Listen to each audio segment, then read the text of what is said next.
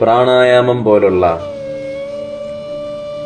നമ്മൾ മെഡിറ്റേഷൻ എന്ന് പറയുമ്പോൾ നമ്മൾ ചിന്തിക്കുന്ന ഇടതു മൂക്കിൽ നിന്ന് ശ്വാസം എടുത്ത് വലതു മൂക്കിലേന്ന് വിടുന്ന ഒരു പ്രാണായാമ രീതിയാണ് പ്രാണവിദ്യ എന്ന് നമ്മൾ ധരിക്കും. അതല്ല പ്രാണരീതി. പ്രാണന്റെ ഏറ്റവും ഉയർന്ന അവസ്ഥയുണ്ട്. ബിന്ദുചക്ര സാധനയാണ് സിദ്ധവിദ്യ എന്ന് പറയുന്നത്. അത് പ്രാണായാമം ചെയ്യുന്നതല്ല. പ്രാണനെ ക്രമീകരിക്കുന്ന ഏറ്റവും ഉയർന്ന ആജ്ഞ എന്ന് പറയുന്ന ചക്രത്തെ പൂർണ്ണമായിട്ടും മാസ്റ്റർ ചെയ്യുന്ന ഒരു വിദ്യയാണ് സിദ്ധവിദ്യ.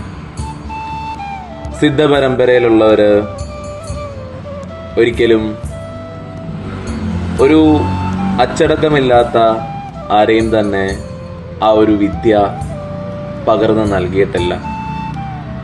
ഒരു ഗുരു സിദ്ധനാണെങ്കിൽ, സിദ്ധ പരമ്പരയിൽ വന്നിരിക്കുന്ന